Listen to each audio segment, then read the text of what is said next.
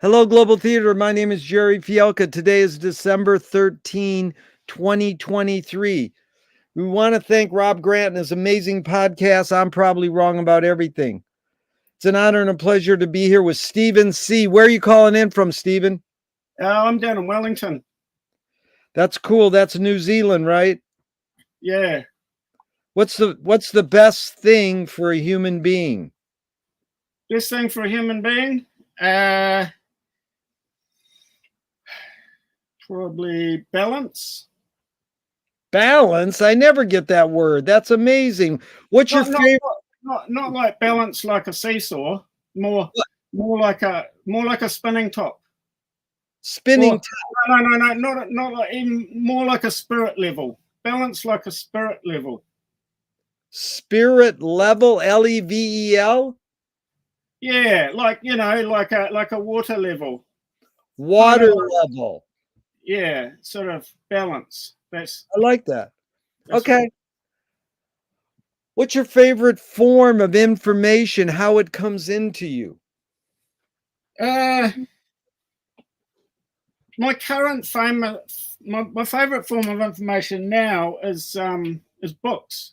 Just recently, it's kind of it's hierarchy now. Books, and then all the other usual suspects down to the internet. But yeah, books is my bit of a gig at the moment. I'm putting a lot of effort in. Steven, did you become a reader, one, because your parents told you to, two, they did it as an example, or three, on your own? Well, I didn't read. Reading's been a fairly recent endeavor. When I was younger, I just wasn't that interested. It was in my family. My parents encouraged it. There were school books. Sorry, not school books. Story. Nighttime stories, all the rest of it, the usual sort of. But yeah. I couldn't keep up reading. I still today I can't keep up with subtitles, so I know that I'm slower at reading than the average person.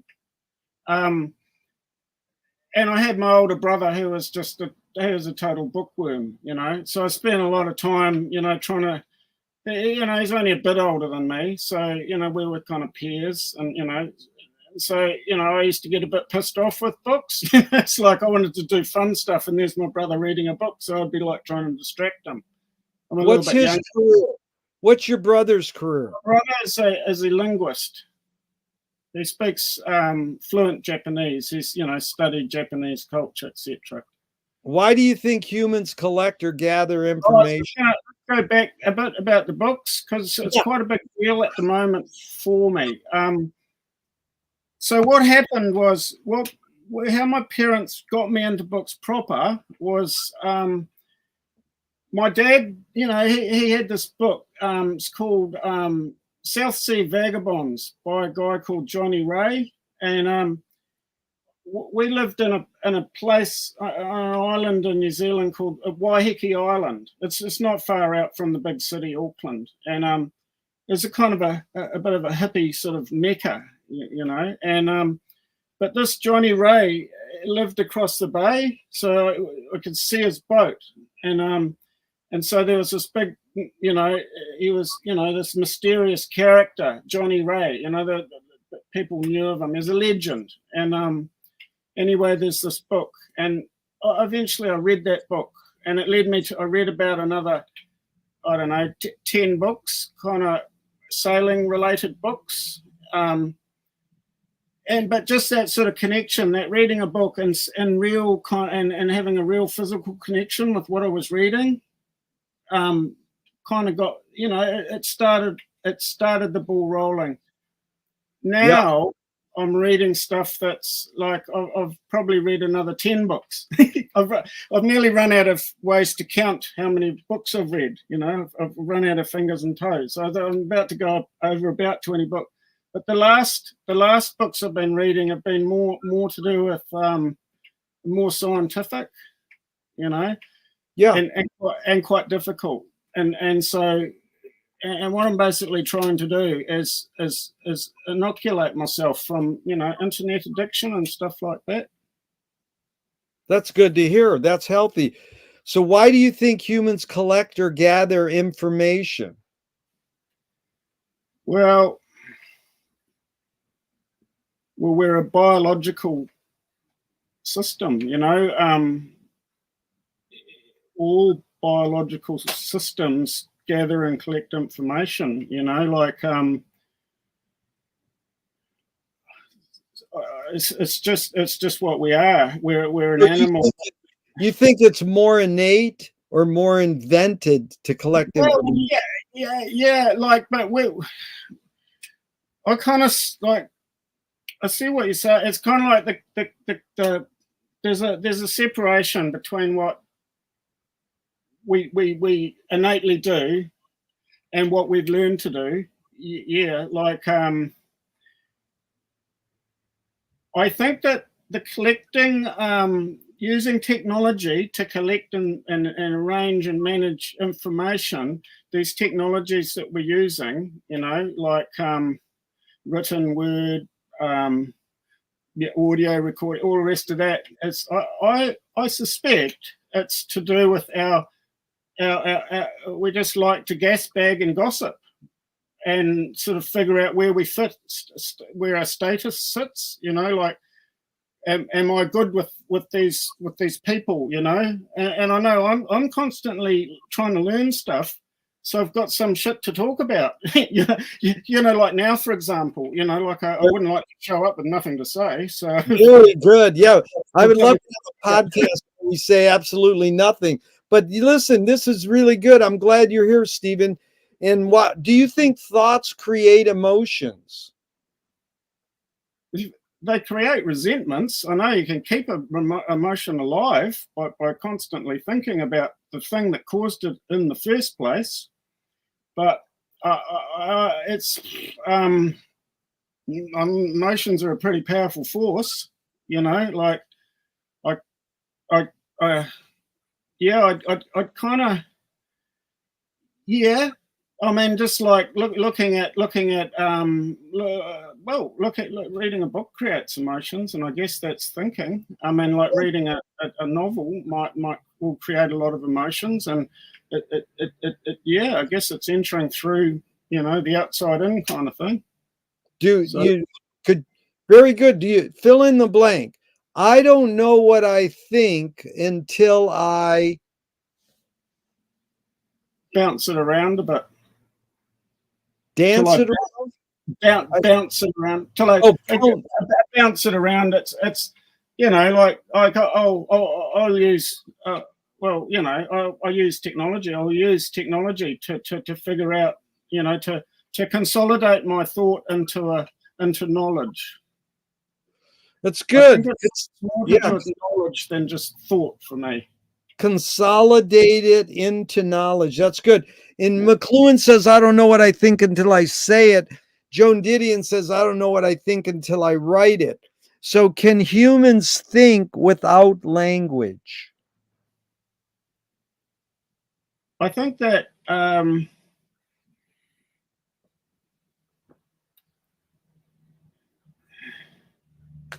it's a bit like, do we use language to ride a bicycle? Like, I know that when I'm riding a bicycle, I'm concentrating on not falling off. You know, there's a whole lot of cognitive stuff going on that is thinking, but it's not in the same conscious realm as language thinking. I think that we can think without language, but not very abstractly. I think that language probably gives us a more capacity to think very abstractly, and also to utilize our visual cognition for imagining more vastly and more complexly than if we didn't have language. My brother talks about this a bit, you know, thought, cognition, you know, thought and self-awareness and language, being a linguist, but he's got autistic he's got quite a substantially autistic son. And so he's kind of done the homework, and he's had discussions. He said, he went to he talked about the old systems we used to have in New Zealand, where if someone was autistic, they were considered to be disabled, and they'd be put into an institution and not actually given much language. And so it limits an autistic child if they can't get access to language, to learning language. So now we have special education schools to lift the language, and there's a better quality of life. So yeah, I guess, yes, we can think without language, but language is pretty bloody useful. I mean, well, it's innate, isn't it? It's what we are. It's like a spider spins a web. A human talks. Humans communicate. It's the animal we are, isn't it? I guess. Yeah. Well, Chomsky says the language is not just words. It's a culture, a tradition, a unification of community, a whole history that creates what a community is. Stephen, what do you do when language doesn't work? When language breaks down, what do you do?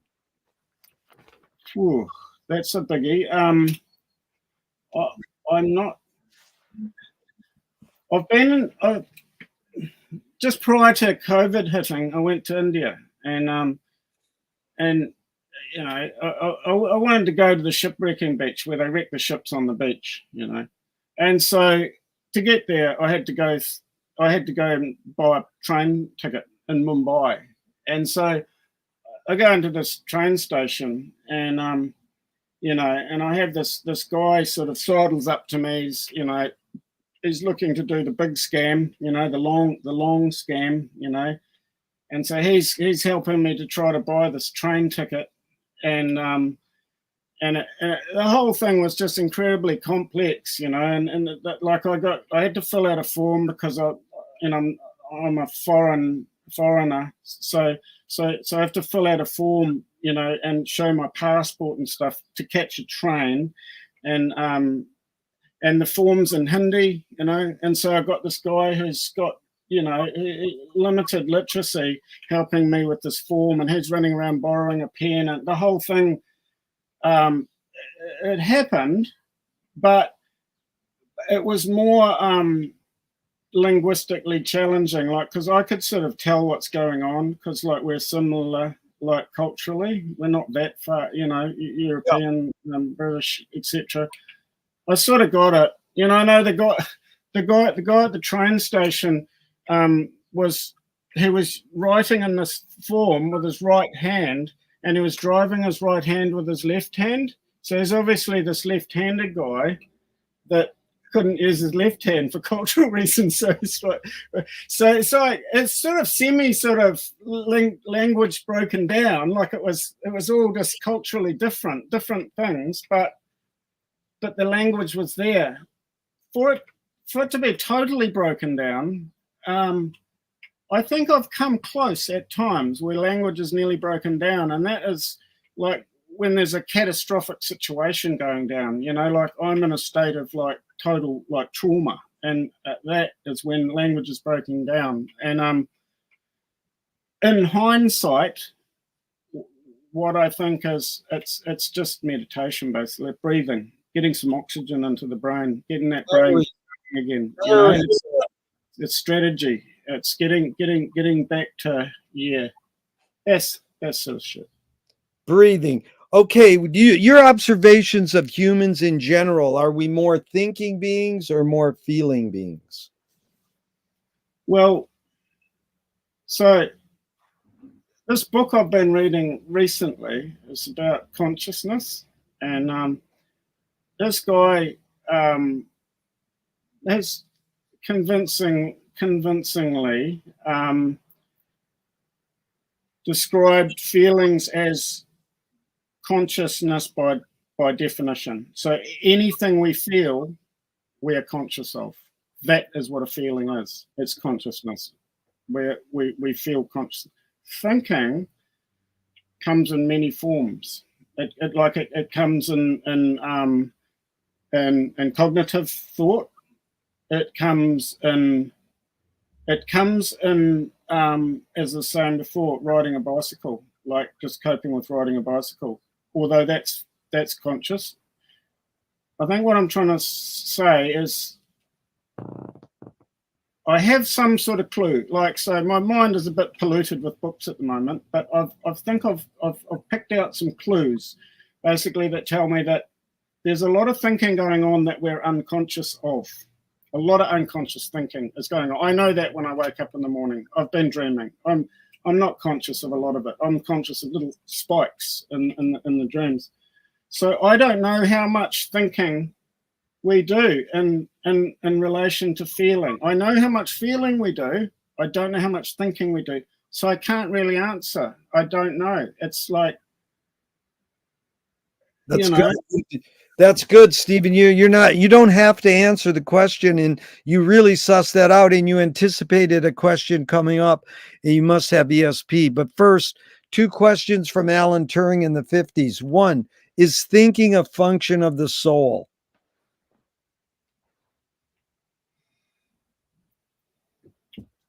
Well, again, I've been reading modern books, so that what I get with that is I've been introduced to the idea that we have these things like the articular activation system, is a modern term for how our cognition works, how our brains operate. The same guy that has been talking about feelings, I'm thinking about him now because I've just sort of gotten through the book.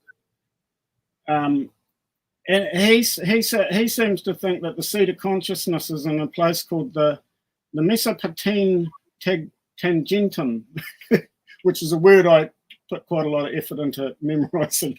So what I think I'm trying to say, not what I'm thinking, I know what I'm saying is that we're at an age where we're getting more complex understanding about what makes us tick. But soul, I think, is a really good shorthand for that, for all of it. And if I go around being a smart ass and regurgitating fancy words to people about what we are and stuff, well, I'm going to be a lonely guy eventually. No one's going to, the word soul is a fairly sort of, it just feels good. I think it's a good shorthand. Basically, thinking, yes, it's a function of the soul. It's just we have a generalized kind of gut feeling about what we are and who we are, and yeah, I call that the soul. Great. The second Turing is, can machines think? Yeah. I'll find out. Are you going to ask? Hey, Siri. Hey, Siri. Uh-huh. Can you think? Why, of course. Why, of course, she says. That is the best answer I ever had in 40 years, man. Whip that sucker up. Well, Siri can think. But, yeah, consciousness, like that's a really interesting thing that I've taken a little interest in, over the years, is machine thinking. I went to a big seminar at Massey University, same place you went, same room actually. Well, spread all over the place, but yeah, I did lectures in that same room, and it was this outfit called the Fab Lab, it's run by a guy called Neil Gershenfeld, who's the big professor. He's the big ape, and he came over with this massive entourage of scientists, of cutting edge,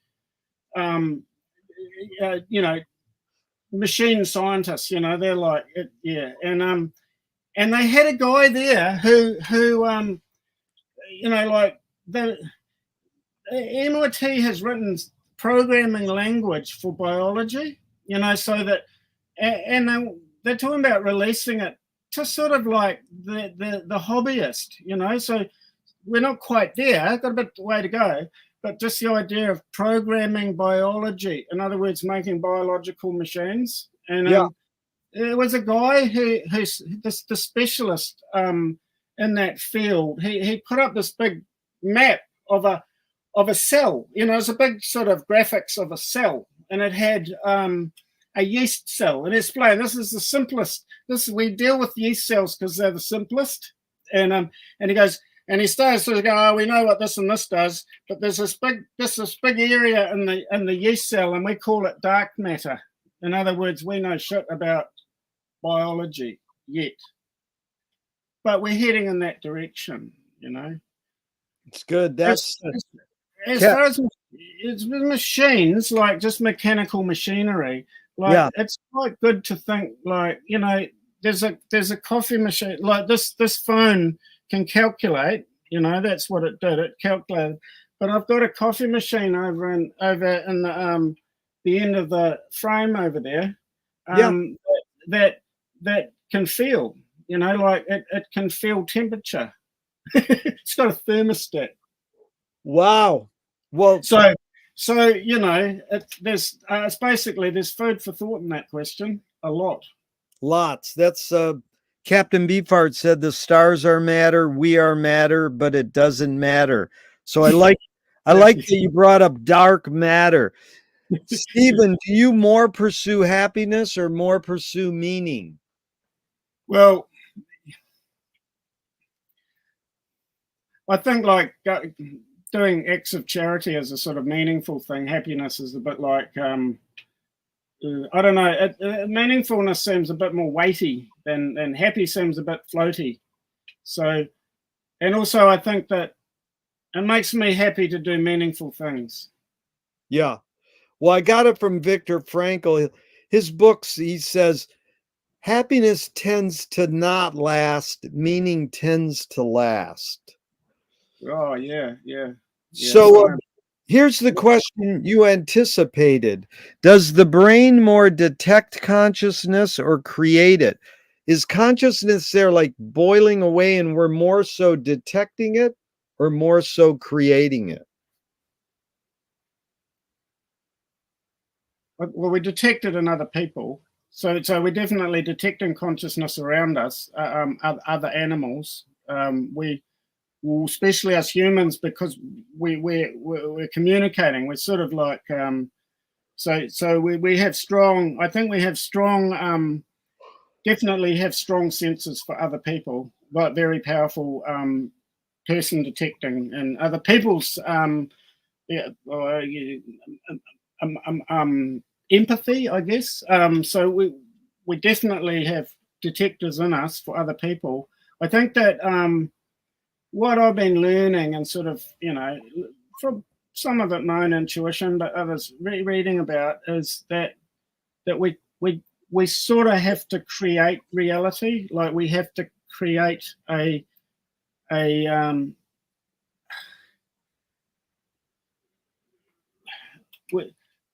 senses give us so much information, and then in our inner core, the bit that's running all the pipes and taps and, you know, pumps and that is kind of like interpreting what we give it and creating a picture of reality, also consciousness. So yeah, we are creating it and detecting it. All right. So no, that was good. What's faster, speed of light or speed of thought? That one's going to take a bit of thinking. Can I? Shit, yeah, that's a biggie. Can I answer it with a fable? Of course. I welcome stories, anecdotes, fables, whatever you want. Beautiful. Okay. So, what's faster, the tortoise or the hare? The hare or the tortoise? So, when I think about the speed of thought or the speed of light, I think, well, speed of thought. If I just answered that based on what I've learned about physics, basic physics, the light travel is the fastest thing in the universe, etc., etc. I'd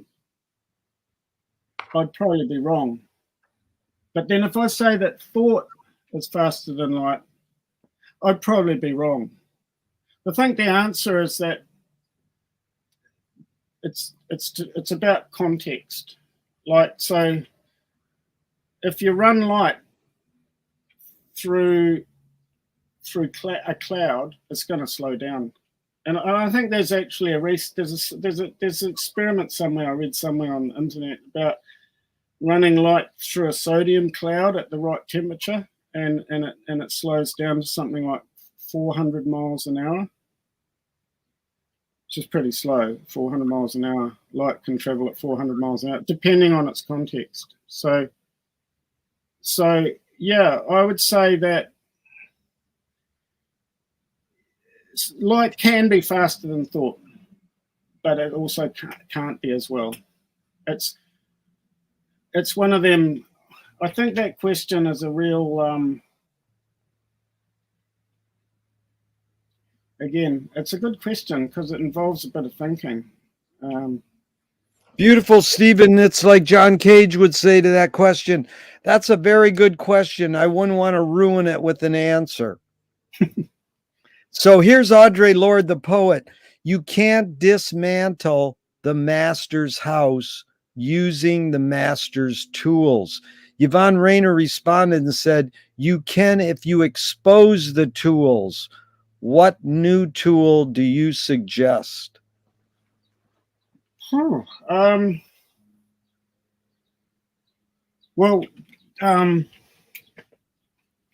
I think, like, I've been interested in internet as an art form. That's been my kind of my main drive. My main artistic focus has been, what's this new stuff? What is it?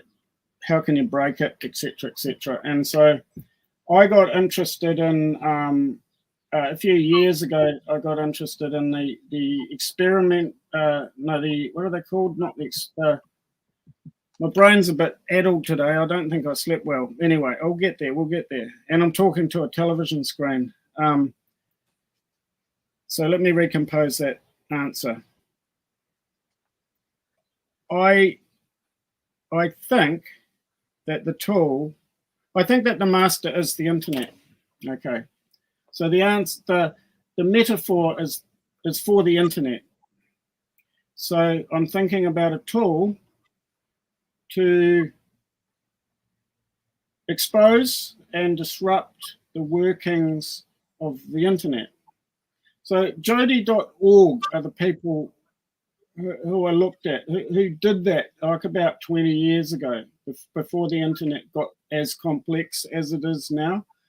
Jodi.org came out of the video activists movement. And so what they were doing was getting television, when the television used to be quite authoritative, it was owned by governments, it was owned by large corporations, etc. So when people sat around watching the television, there was a sense of authority about that television, about that machine in the room. And so what they when the VHF camera became, when people were able to start publishing their own information, their own stuff on the television, then these televisions started showing up in art galleries. You know, people doing exhibitions, televisions, and they were disrupting the perceptions of what the television is, you know, and sort of trying to break down that authority. So with the internet, like they moved to that, and they've created. Actually, I've got a website for you that you might be interested in looking at. It's not porn. It's the website is X20 X20 X. So X20XX.com. Oh, I'll look it up. And just to be clear, Jodi.org is Jody? Jodi.org. JODI. They're Yeah. kind of related. They're related to X20XX.com. If you go into X20XX.com, there's a whole bunch of tools. And the one I recommend you have a look at first, which I think you'd probably like, is called The End. And it's really cool. My tool, I think it's more aimed at AI, because AI, people are, we're kind of like, it's just the latest gig, it's the latest product, really, the latest product on the market, and it's AI. And I think that I'm not particularly I'm not scared of it or not scared. I don't really know what it's going to, it's just evolving. But what I think about as a tool, I think as a disruption tool, as a sort of creative artistic tool, and I don't know if I can do it, but as an idea, a proposition to someone with lots of money and some engineers, is to build a kind of like an exhaust, so that something that hoovers up all of the AI output and pumps it back into AI, so it basically starts sucking its own exhaust pipe, and it'll kill it. It will totally kill it. I mean, there are ideas that's sort of happening, but I think that what we, as far as being concerned about technology like that, I think we should be worried about our own dumbing down. Like AI doesn't have to get that smart if we just simply get dumber, Nice. or more sort of unattentive to our own needs. Like if we sit there and like get something else to write a book for us, we will not be writing a book. So we'll unlearning. Unlearning. And YouTube just played in Vegas at that big new sphere, and on the back of the wall it said everything you know is wrong. So unlearning is very important. I like what you said. Steven, what new toy do you suggest? I've been actually thinking about building a new toy just quite recently. What I'm thinking of doing is building a moon bounce guitar. So a moon bounce guitar, and how that works, what it is so it requires me going and joining the local amateur radio club. And getting a dish, a transmitter dish, like basically a radio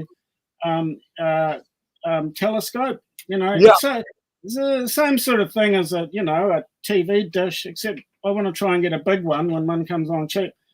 And then you bounce a signal off the moon and back, and it's quite doable. The Americans used it in the Cold War to communicate with submarines and up in the in the Baltic Sea or whatever. It was an alternative communication system, but it's really inefficient. So you can bounce a signal off the moon and it comes back in 3 seconds. So there's a 3-second delay. And then so what I was thinking is do that, bounce to the moon, and then run it through an amplifier and stuff when it comes back.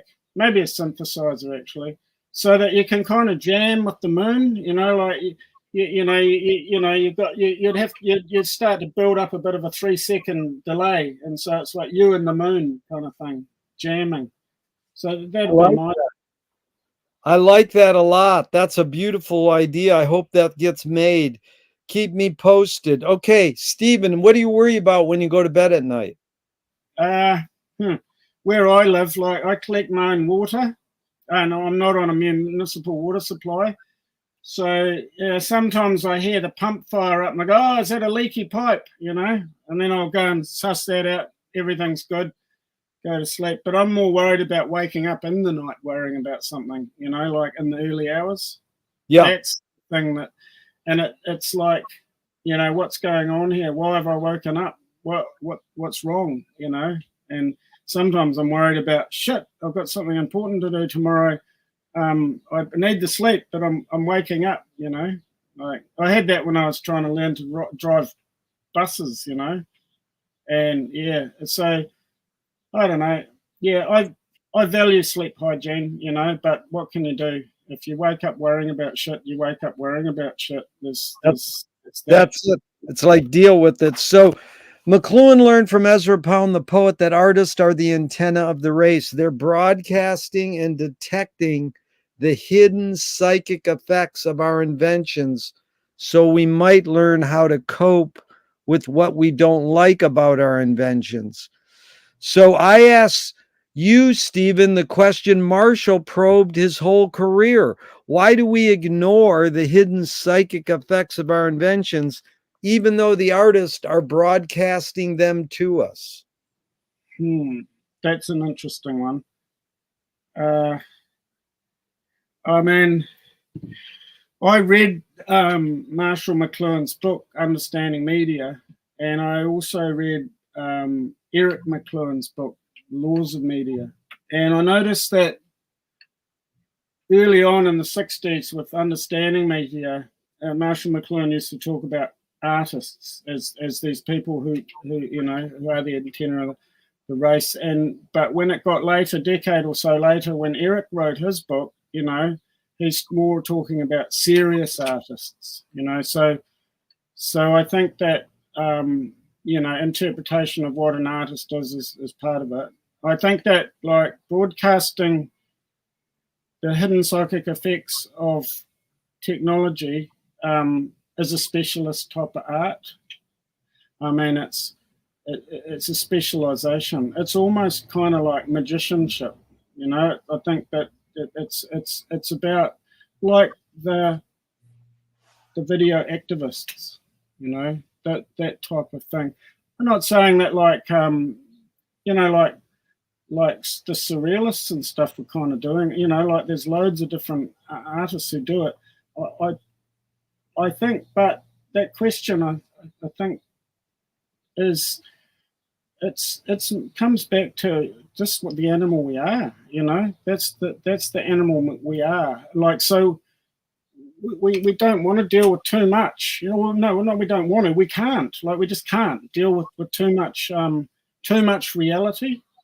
And so when we get comfortable with things, we just allow them to sort of fade into the background. Like I used to want to know what makes a computer tick. You know, it's part of my personality is to sort of pull things apart, you know. Like, I was like functionally illiterate for a lot of my earlier life. So it was to do with learning, tactile learning, you know. Yeah, you know, like iterative engineering and reverse engineering, you know, by learning by experience. But I think that now, but what I do now is if I fire up a device like a computer or a smartphone, I don't want to know how it works. So it takes too much time. I just want the thing to work. And if there's a glitch, I start getting quite angry with the machine. So I'm like, leave it alone. Don't mess with it. You know, make sure it just goes. I've got an email. Oh, the email won't go through. That's going to affect things for me. You know, so it's like, yeah. What I do personally, because artists are shit, you know, they're not that good. Like they're not that good at fucking broadcasting and stuff. It's not the people's fault. It's the artists just not stepping up to their responsibilities. Correct, you know, they're just not doing it. So so what I do is make my own fun, you know, and like I do stuff like I live in a big giant shipwreck. Like this is actually a boat. This is a boat. But it's parked beside a major motorway system. It's got like the main highway through New Zealand. I can see it. It's just there, and it's like they just spent $1 billion. $1 billion US, like 1 point something, $1 billion building 20 kilometers of road just there, and then here, like about 25 feet from here, there's another big major road, and like big truck and trailer units drive past. It's a big arterial route, you know. So I'm living in a boat in a roading system, and I've got this this decent sort of electric bicycle, and I've Yeah. got a route, and I ride this bicycle through just over there. I can duck up into the bush, into paddocks and stuff. So I go to my girlfriend's house 30 kilometers away, and I avoid all roads and everything, and so there's only a couple of little spots where I come out into civilization, and then I disappear back off into the bush again within the city. So I've got this routine where it's best coming from her place, and I leave there, disappear into the bush like I'm in, it's like the Roman roads, and it's like, and then they've got all these bush tracks and that for mountain bikes and stuff, and then there's farm paddocks and that, and then when I come back to here, I come back in and I only briefly, I see the road, I go out, road, and then back, and then I drive into here again, and it's like virtual reality. It's like living in another place and time, and then I've got like some off-grid stuff going on that's got wood stove and, water heating, and I'm right in the guts of the city. Like I'm about as central in New Zealand as you can get, and then I do the same stuff. I can go.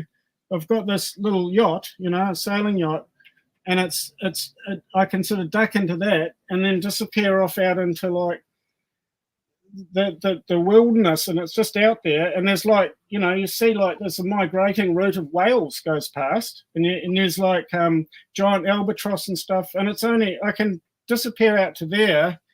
And so what I do is I store. It's like charging, it's like psychic charging, and I charge up.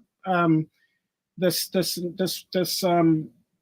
alternative to where we are, and it helps me reflect on the actual modern world. It's like having a bit of a step back and then being able to see. And that's what I think, like artists, like it's what I learned at art school was that it's not about the rendering as much as it is about the observation. So it's more about observing. So if you're painting a bunch of flowers, it's about observing that bunch of flowers. And so it's the same with observing modern technology, and that sort of stuff. So I don't know if that answers the question, but like it answers the question well. It's really a great observation, is that observing is what it's all about, is being present, eyes open, ears open. Actually, go ahead. What you said early on when you were asking about how I met you, and there's this thing that leapt out at me, and this is pretty much why I got back in touch, was I was asking you about, because you were there doing experimental filmmaking and stuff, which I'm interested in and was doing at the time, or still, but anyhow, and when you were on the Kim Hill interview that you did, so I heard you on the radio, and then I met you, and now here we are. So these, shit, I'm waffling. Anyway, I'll get back. You were talking about your book club with Kim Hill. You didn't say anything about Finnegan's Wake. And then when I met you, I went along with that question because I'd heard it on the radio, so I went along to see the actual guy in real life and talked to you about that. And you said, oh yeah, no, that what we do is we read a small amount of this book, and then we go away, and then we come back and we talk about the experience of having not read any more of the book. That's how I interpreted what you said. I don't know if you may not even see it like that. So I went away thinking, yeah, this is it. This is how it's done. Like to understand the technology, you can't not use it. You're not gonna understand what it's doing to you if you simply don't use it.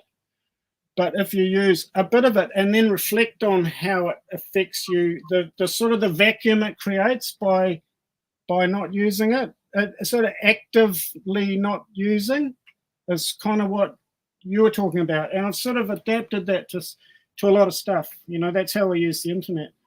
It's really well put. It's that when you read Finnegan's Wake out loud with a group of people, you're turning an eye experience into an ear experience, and you pull back and you're literally observing yourself reading a book, and then you can figure out or help suss out, how does reading shape your behavior? Otherwise, you're just engulfed in the reading experience and that's it. But there's another level. It's like the process, and it's the content and the form. We usually go for the content, and we should go for both. We should study the form and the content. So Yeah, that was good. spanner in the works kind of stuff, eh? Say it again. Spanner in the works. That's kind of like disruption. Yeah. Yeah, you got to disrupt it, otherwise you cannot see it. Yeah, disruption is a good word. Yeah. And then do artists have moral obligation? Ooh, yeah.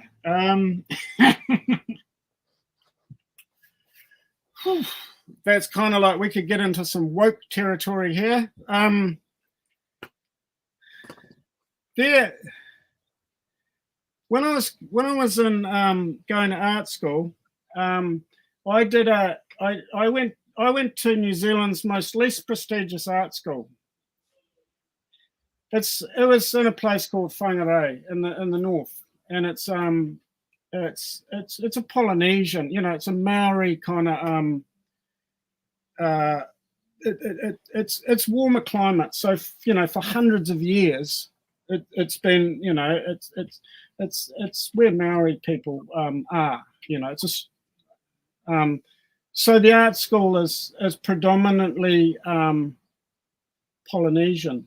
So I did one of the classes I did was called Whakairo. So that's kind of getting into sort of contemporary Maori art, So it's understanding sort of the cultural foundations of another culture's art, as opposed to European culture's art, So we didn't study any Greek history or anything like that at our art school. We live in Polynesia. So anyway, in this process, we did a paper and we learned the stuff, and then you produce an artwork, and that's part of, you submit it, and there's did you pass or not? Did you learn what we're here to learn, etc. Everyone showed their thing. We did different stuff. I had a go at all the carvings down the side of the waka. The canoe that come here. They come from they come from Hawaii. Like, the technology was to do with this big trees in Hawaii, the koa tree, big enough to carve the whole hell out of. That's where the Great Migration got to, and then they're able to come all the way down here in the cold. So these big carvings are to do with reincarnation, loosely speaking. I'm not a real expert, but they're sort of to do with reincarnation. I figure they're to give you confidence that you can die and that's okay. You're not leaving this world. Anyway, all the figurines, all the artwork of actual, like, there's a lot of wooden carvings. They're everywhere in New Zealand. There are these buildings. They're like churches. There's churches, marae, and these buildings have all these carvings, and there's language in them. They're language, and these carvings represent real people. They represent ancestors. It's like a genealogy, and it's all in wood. It's all carved. The artists have a big responsibility to carry that. It's a big deal. And anyway, this kid at the art school comes in with one of these. So he makes like this Maori figure, and then he plants a kind of cross on top of it. So he's grafted a cross onto a Maori figure. And goes, look what I've done. And the guy Hemi, the tutor goes, so what is it all about? So what's your point? And he goes, oh, it's controversial. and Hemi goes, well, so okay, good. So you've started a little forest fire. You've caused a fence. What now? What are you going to do now? And it's kind of like that. That's it. In other words, crap art. So I think the moral obligation thing. So the word is probably, I think, is it meta-ethics. Meta-ethics. So this kid needed to go away and study meta-ethics, needed to do some philosophy. So I think that pushing the envelope, for an artist to push the envelope, they better fucking well know what they're doing, because otherwise they're just going to get beaten up or something. You know, like, yeah, sure, it's like freedom of speech. Yeah, you can go and say any shit you like on the internet, but there might be a bit of blowback, you know. There's a guy, there's a film about this guy. It's called El Robo de Siglo. Translated, I think that's the Great Heist or something. But this guy, Fernando Araujo, is an artist, and he decided to rob a bank as an artwork in Argentina. Yeah. He robbed this bank and as art. And so there's a great film about it. What he did was he got together, he went and employed a couple of criminals and stuff, and burrowed, went up tunnels and things and dug into the bank, and then robbed the bank with fake guns, and like caused a big siege kind of situation. And so when everyone was busy, all the police and stuff were all busy surrounding the building, and it was drawn out for ages, giving them enough time to empty all the safety deposit boxes, and then get it all down into this tunnel. And then they put all the spoils into rubber dinghies and went up the tunnel further, up this water tunnel. And then they had a Volkswagen van with a false bottom in it, and they come up out of a manhole and loaded all the gear in there, and then made a getaway. And then Fernando went up into the mountains with heaps of books about meditation and stuff, and just waited basically to get caught. And then you see him like on the old footage, and he's in handcuffs, getting carted away and carted into jail, and he's going, it's art, and it worked. So he only ended up serving about a year or so in jail, and now he's at liberty and helping make films and stuff.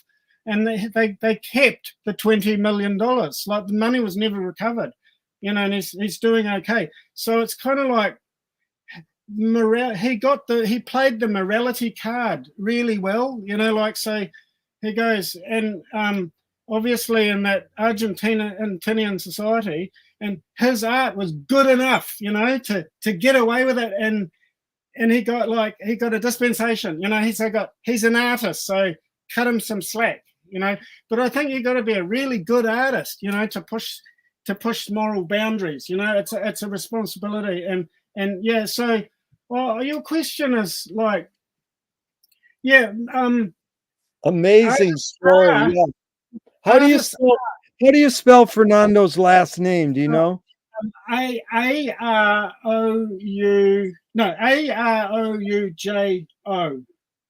Thank you. Yeah.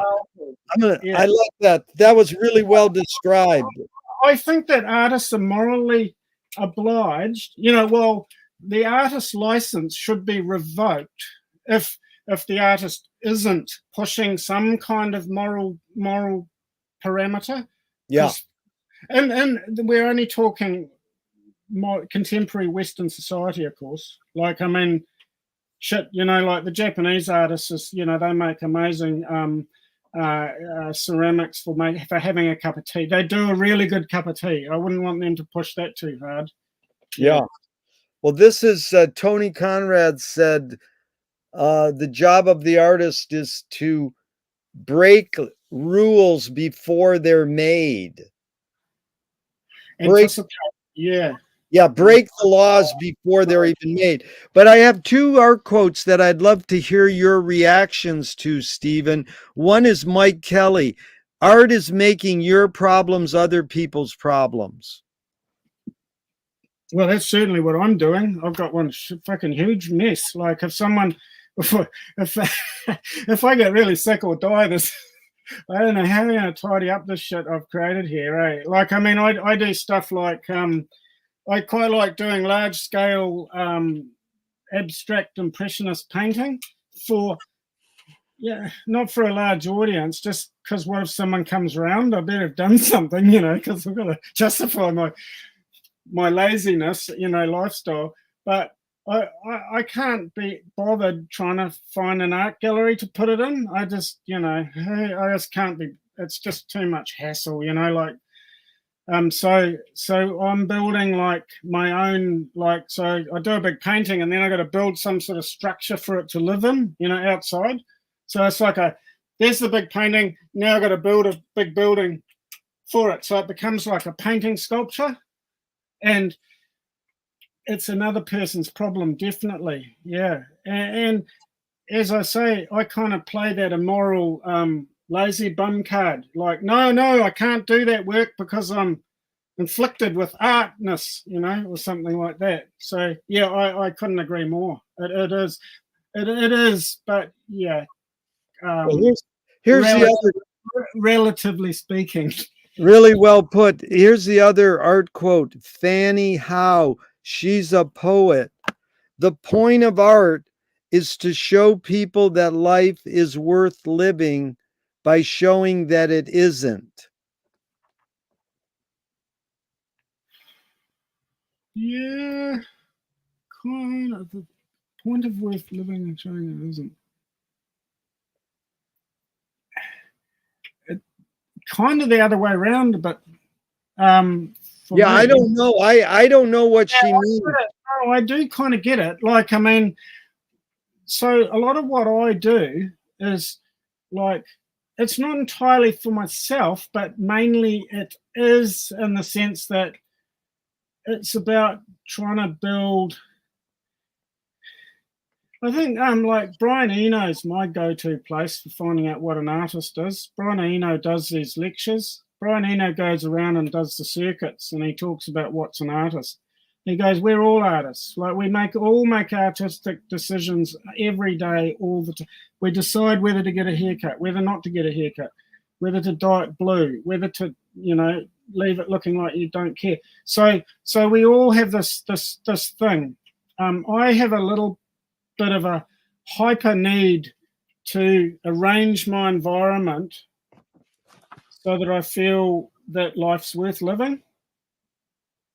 Because if I get a bit bummed out and depressed and stuff, and I'm looking at a sterile environment, I can't, I have to create something else. It's like life's not good enough, and so I need something more than nature has got to offer. So it just needs to be more. So I guess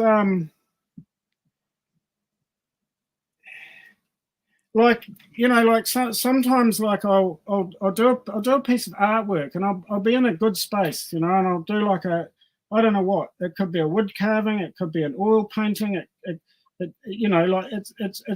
an object, a thing of magic out of nowhere, I've created a thing and I've put it there and I look at it and I go, that's good, I like that. That makes me feel good. It's like almost like taking a photograph of a happy day, like a family photo, you're all at the barbecue, Thanksgiving, and there's that thing. But to do an artwork, for me, that becomes my relationship with myself to some extent. It's like, the different parts of my ego and that go, yeah, I did that. That's a good person did that artwork for me. A bit like someone who does gardening and they've, made the garden good, weeded it, come back and go, look what old me did. My old me set that nice garden up, anticipating the newer me, the recent me. And sort of there's this toing and froing going on. And so I'm sort of losing a little bit track with the question. I sort of get it though. It's to do with I mean, yeah, I think that art just it just makes something more than nothing. It's I don't know. I've lost. No, that's good because you brought up a lot and you're leading into something I wanted to discuss with you, Steven. We're researching the word archive. Archive comes from the 1400s, to keep safe, free from harm. 1600s, it developed into what we know as records preserved as evidence. And it's based in Greek for town hall. The first public building, Archon, Archon.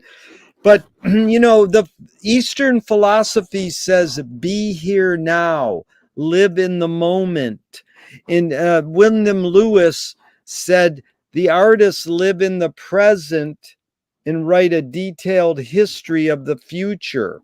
Like, Bo Zappa and Joyce said, all times are happening now. So why do we have to preserve anything or collect stuff? Like the Egyptians put something in the coffin with them when they died. Why don't we just move forward? Is this need to archive more innate or more invented? Well, obviously the technology, so actually putting stuff in a coffin is invented, but I'm pretty sure the source, the innate source of that behavior is might be to do with status. Like we want, we kind of need to have a position, a standing of some sort. It's what we are. We're apes, and so we need to know where we are in the social standing. So it might be like a status emotion, driven by status emotions, and then and what comes with that, what we know is that to die is hard, because it means everything we can construct about what and who we are, where we fit in to the world and stuff, and among other people. If we die, oh my God, that's a big loss, because we're sort of. I think it's innate. It's that. It's Can you yeah. Can you forget to die? Can I forget to die, or can you? Can we?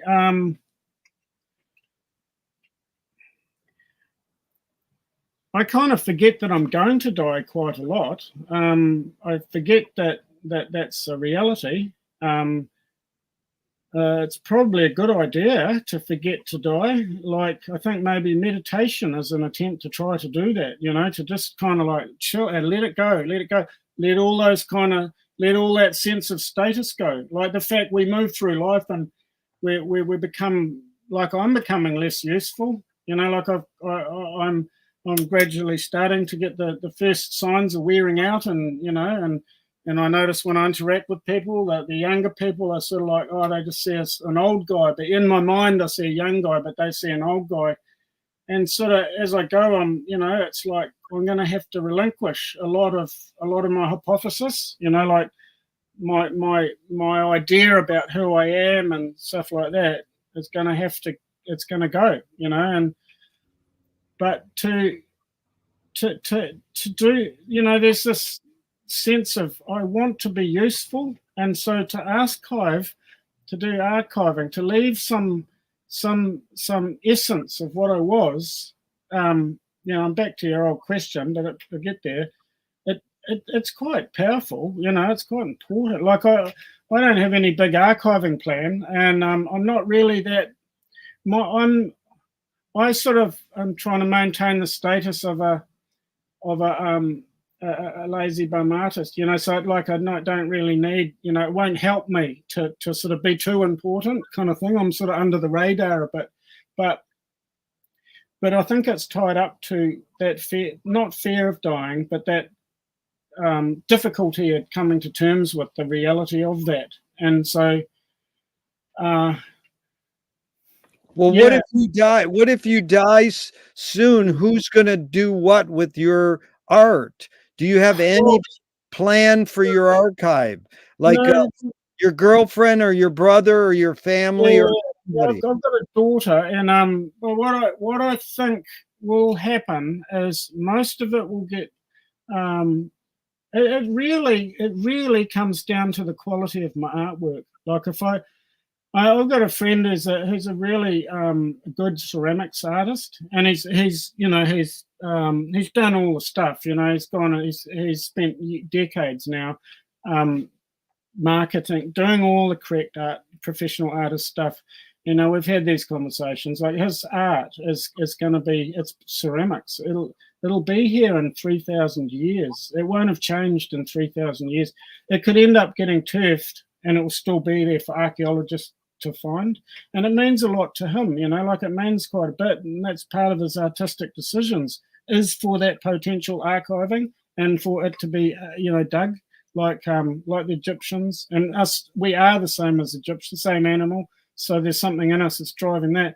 For me, I'm pretty low key, but it does still concern me. But my thing is just make sure there's 2 or 3 good items that will draw people into wanting to look after them, like that so that they create some items that are valuable to that I know are worthy of hanging on to. And if I also think this stuff is tied up with our genetics. Like, it's like my daughter. She's pretty valuable. Like, she's the most valuable person to me on an emotional level.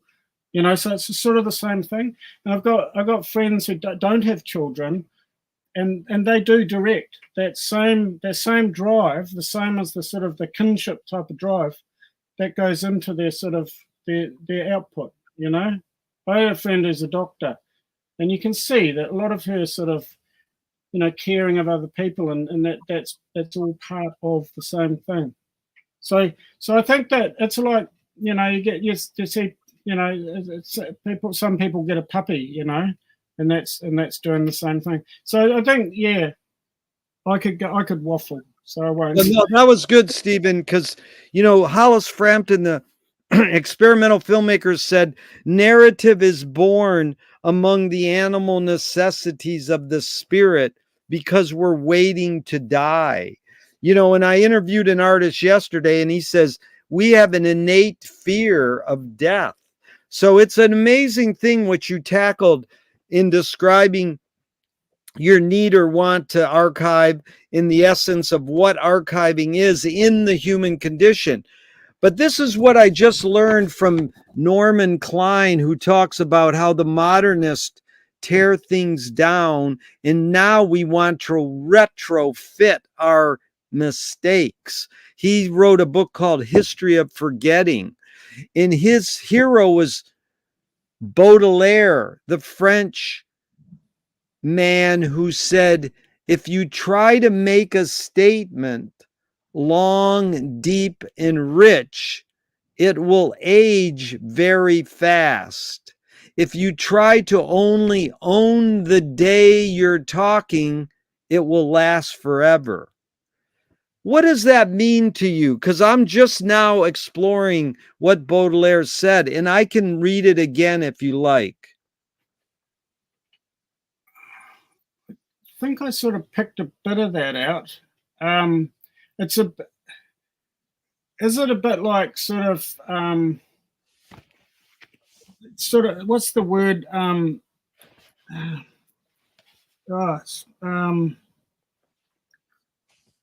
There's a name for it. Sort of that, like, who's that guy that wrapped up the bloody islands and stuff? You remember those people that they did those massive scale wrapping up of islands and wrapping up of Briscoe, yeah. I'm sort of talking about that, trying to get the word. It's like it's got one of those words that got in the or sort of like that, the word for someone who does cooking art, and it's cooked and then it's gone, eaten, and it's transient. It's sort of the transient arts. There's another word for it, but it's to do with, like, I think the bit that I've clung on to in what you wrote out was the bit about not overworking stuff, and also what's that word? Just the transience of I'm trying to think of an artwork even that says it. I'm trying to understand what you wrote, and I'm it's interesting. at the same time. It's interesting because, it's like when performance art first started with Jack Hoprow and Jack Smith. It's like you just do something. You walk up a ladder and spit.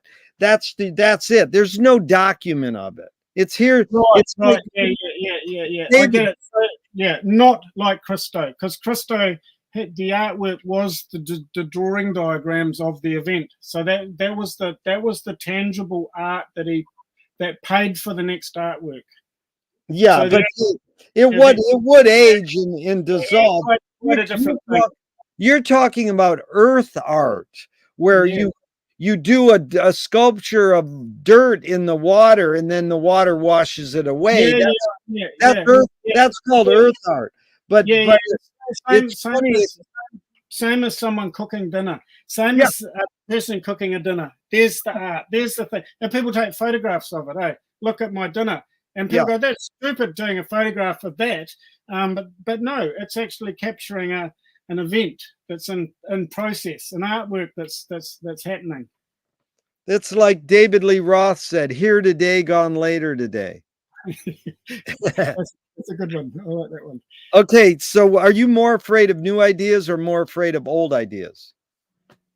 Well, I have just, not that long ago read Understanding Media. So, yeah, I sort of get about old as new and stuff. Sort of, I'm still processing that stuff a bit. But old ideas, like internally in myself, like what's the Dalek, the old Dalek, that Doctor Who's old Dalek, the black and white Dalek, like used to scare the shit out of me. The new Daleks, the modern Dalek, not. And kind of like I sort of was watching those, was thinking about those Daleks a while back and how they're actually tanks. So like the Dalek is a tank.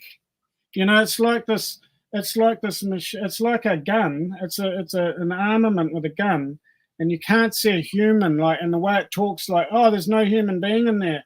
And so the idea of the tank was to dehumanize the weapon, and like they go, we're going to exterminate, and tanks come rolling, and people are just terrorized. And the idea of that was they turned out to not be. They weren't very effective. Like tank crews would get burned in the tanks and stuff, but they were excellent for terrorizing populations, like, because it's like there's no person, and like that's why that Chinese guy that stood in front of the tanks in the Tiananmen Square, it's like that's brave because he's dealing with like almost like robots, it's like dealing with an animal that's got no empathy. And the modern idea, that same thing, modern Dalek is the drone, like the drone that comes out of the sky and like terrorizes populations.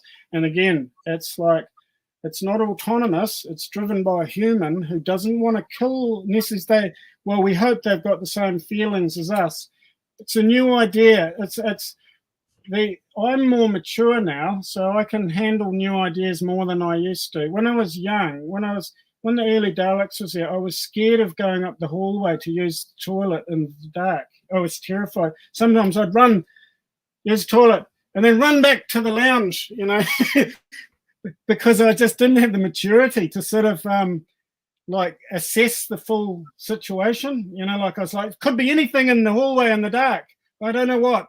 So I was scared, and so I was scared of the Dalek on the Doctor Who's Dalek. But now I'm more mature. Like I've got books. I've got books about like I read Richard what's his name, Sapolsky. Richard Sapolsky's book about the physiology of stress.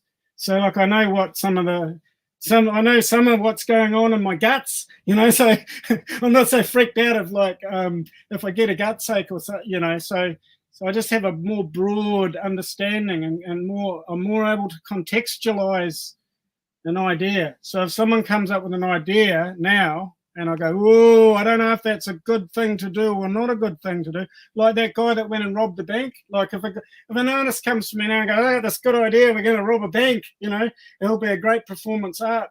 And I got to go, oh, and I've just got more information to work with. So in that sense, I'm not so worried about old new ideas.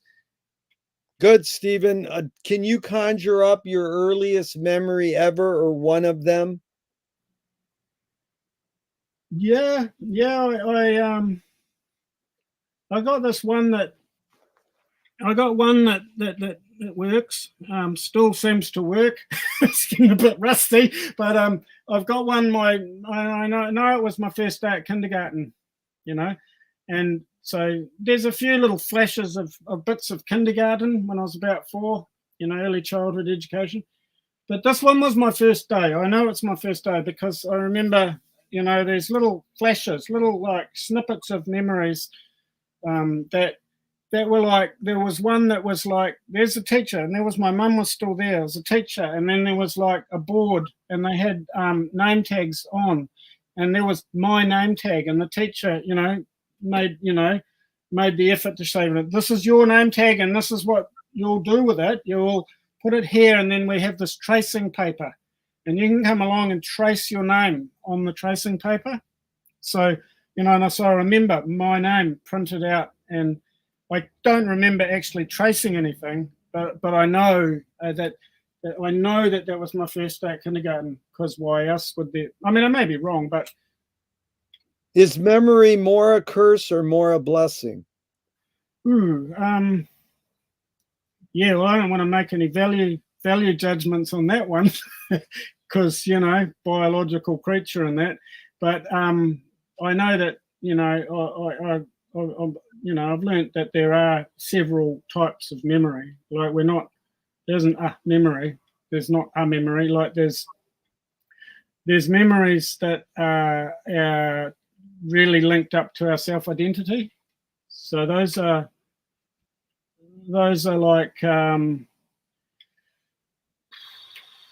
they can be adjusted. Like we actually have some control over our memories. We can decide if we want to delete a memory, for example, certain types, like we can reconstitute memories. I read that in the book, and the argument for it was sound. Like we have memories where we can review them, and we can literally dissolve the proteins that hold them together, and then they're gone. Like it's something we do. We sort of, and the other thing about memories I find really interesting is that they're all happening now. There is no such thing as a past. The fact that it's like an artwork in a sense, isn't it? It's like we bring up the protein, we bring up the the little packet of thing that then we create.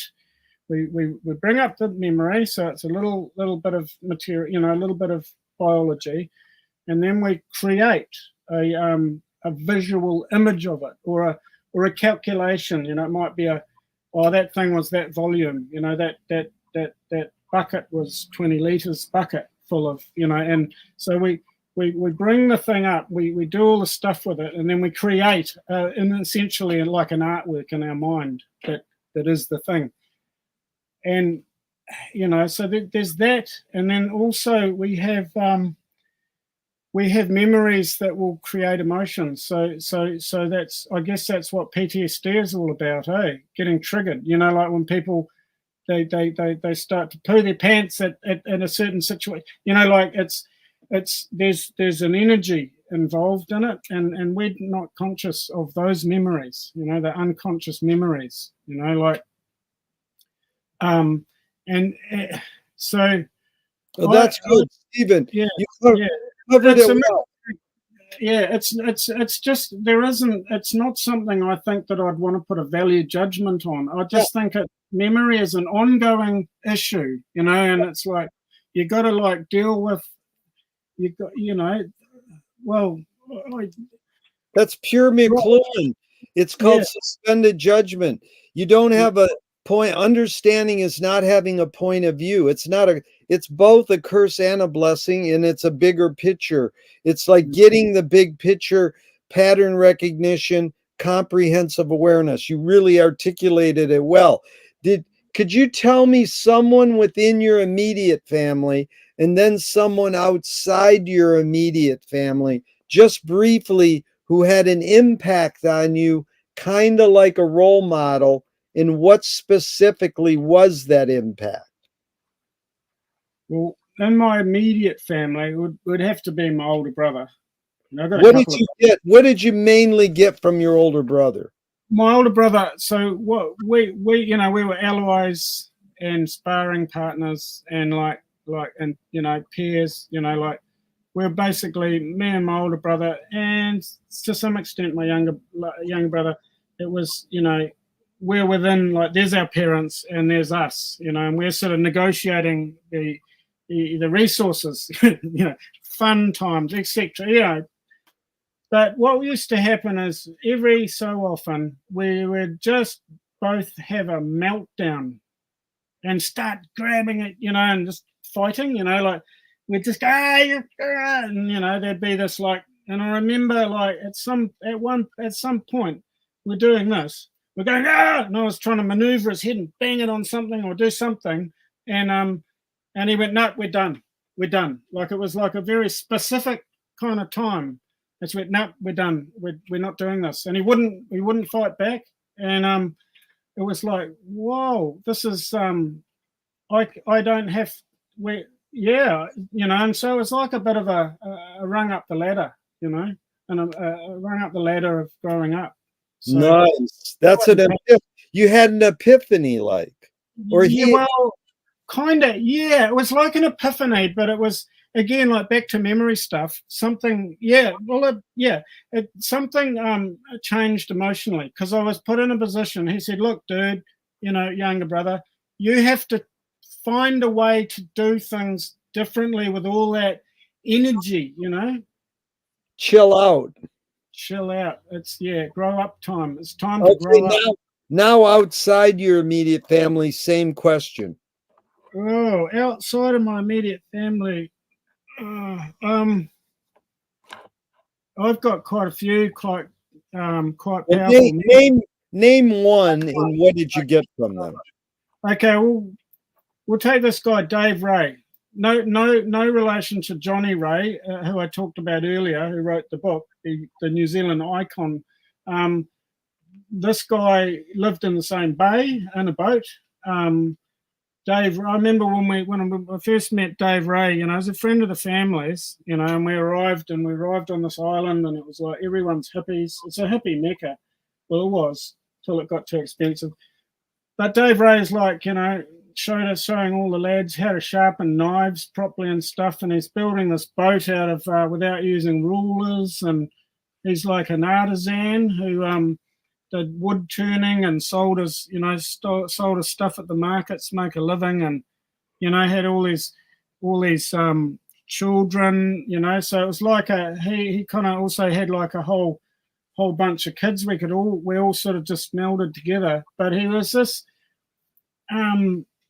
authentic guy, like he, and heroic, like he did this, he used that boat that he built, and he bloody, like, the time that when I was living on, like when I was younger, this is like really at the height of the kind of Greenpeace was just kind of really building up some steam, and it, like, this is a bit of a hub. The place I lived was a bit of a Greenpeace hub, and like this Dave Ray went, and everyone was protesting against, all the people in my area, social strata were protesting the anti-nuclear, French Polynesia, blowing off bombs and atolls and stuff, and the nuclear warships and that. And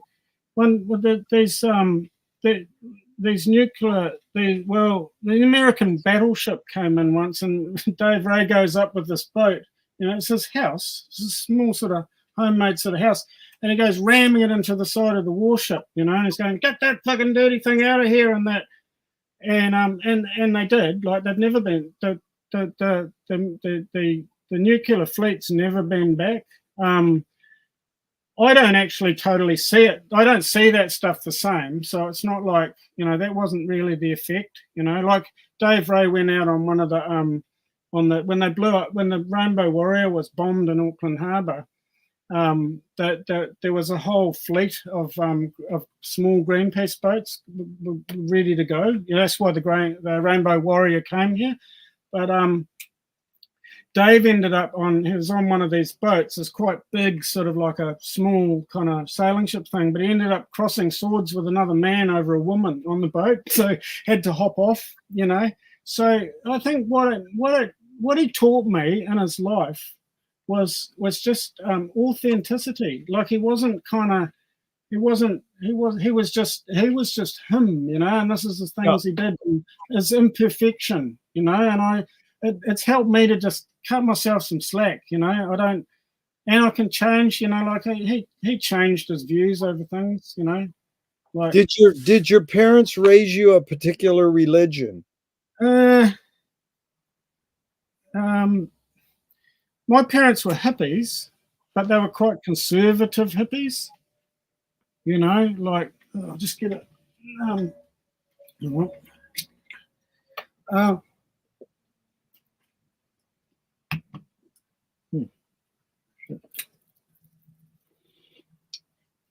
This is alcohol-free beer.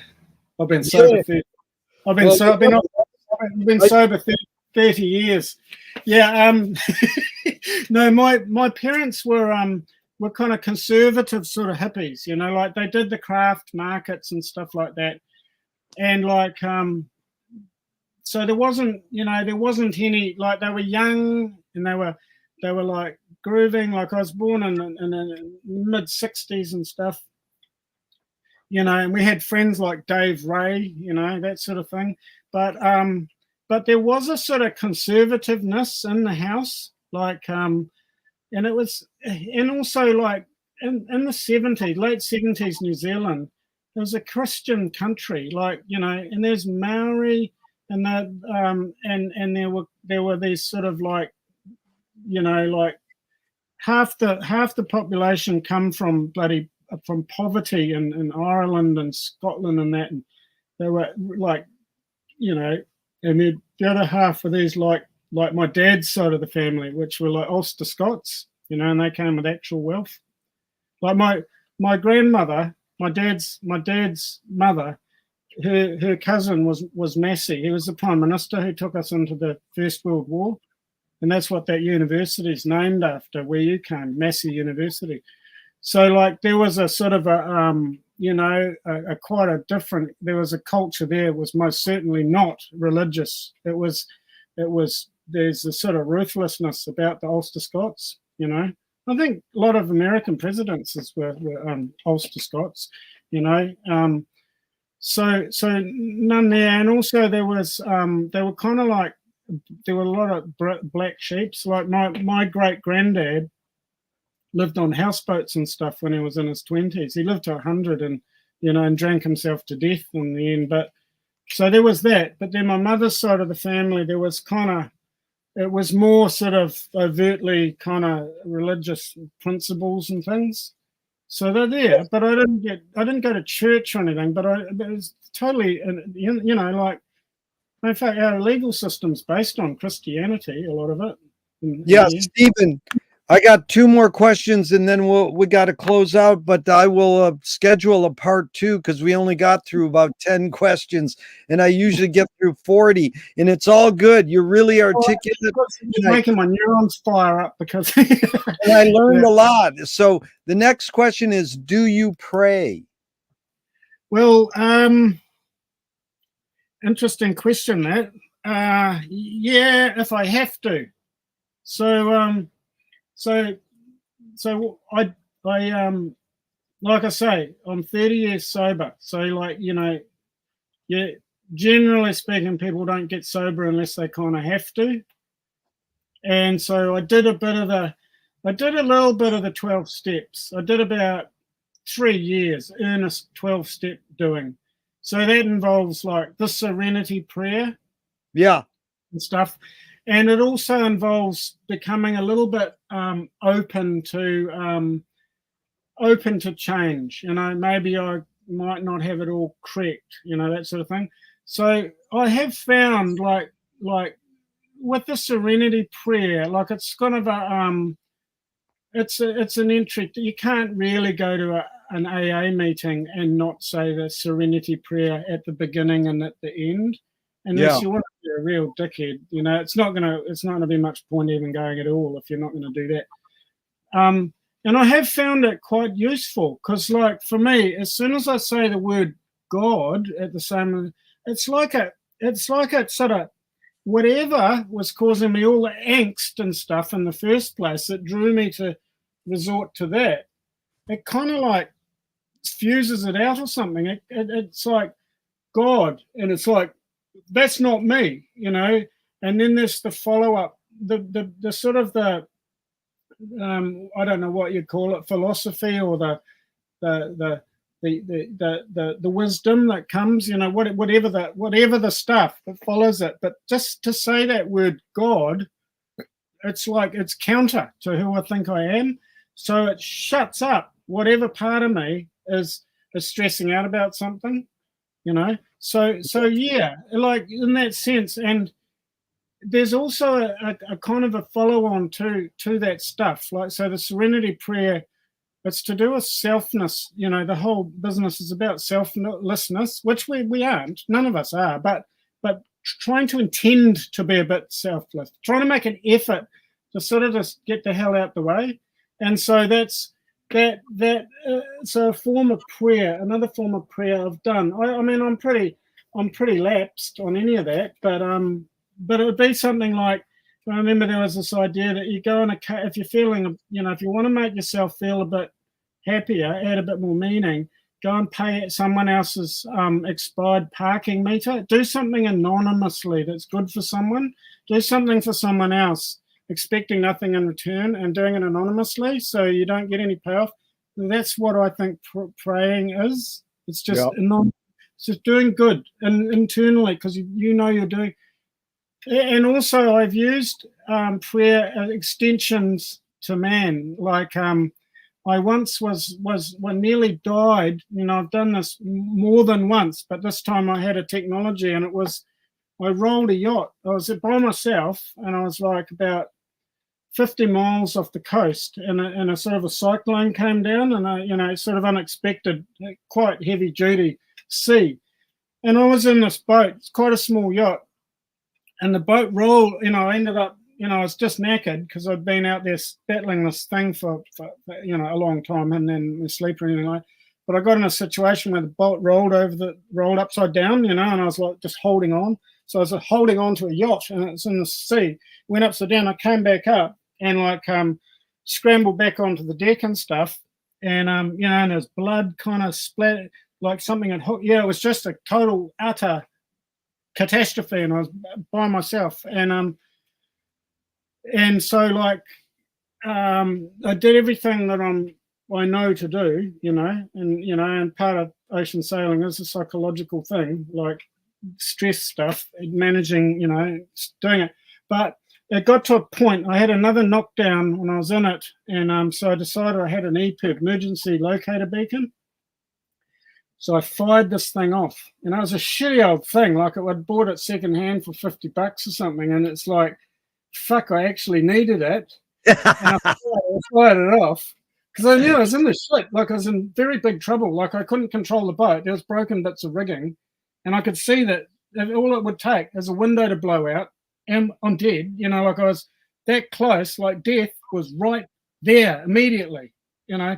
And I'm calculating all the potential things that it can end. Like, and anyway, I fired off this EPIB, and just watched this little red light bleeping, and this stupid little piece of technology, and I put it there, and I just sort of sat there, and I was like, I was still calculating. I still had backup plan. Can I get that dinghy? Better take some water because I could get blown fucking miles out. See, no one knows I'm here, all that stuff. And I just sat there for a while, and then all of a sudden God showed up in the sky in a helicopter, Dude, that came down this winch, and then more technology. Like, they sent a rope down with a VHF radio on it, and the battery was flat, you know, like, so I'm like nothing, and so I'm going, and then they saw the helicopter, then the boat went, whoa, another big breaking wave came, and the boat went flat on the water, and then the proper winch came down immediately. Like, then I saw the harness coming down, no people, anything like that, just a harness, and then I was like, righto, climbed into the harness and got winched up, you know, into this helicopter and flown off. And so in a sense, like, because, you know, with this McLuhan stuff, that's like an extension of man. It's like an extension of prayer. It's like, totally. I need help, and it's like it came. It's the first thing Marshall ever published in the book called The Mechanical Bride, his first book. The first paragraph in the introduction is all about the descent into the maelstrom, which is what you just described, the short story by Edgar Allan Poe. There's so much in that. You lived it. You lived it.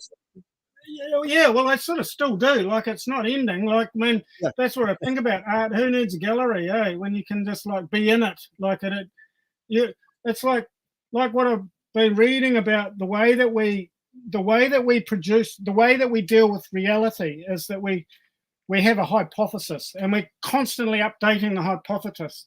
You know, it's like we build a picture of how things are. And then the only thing that's gonna, we need an error signal to make us reevaluate.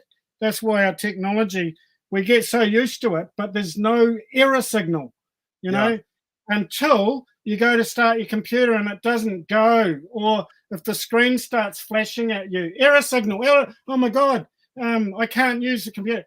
And so, you know, like, we're an animal that hypothesizes reality all the time.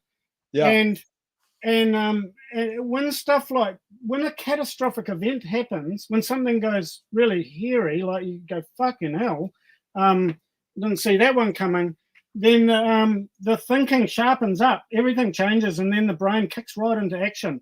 And so those kinds of things, like, well, I did one of those when I was 12. Like, me and my dad and you know, some mentor type people, we went sailing out into the Tasman Sea and got hit by in the middle of winter, and we're like 100 and something miles off the coast, and we got hit by like 70 knot winds, you know, like a fucking total shit kicker storm. And the boat rolled on its side through the night and took on heaps of water. Like, so those memories, you know, and we got up, we eventually sort of pulled it together, did all this crazy shit.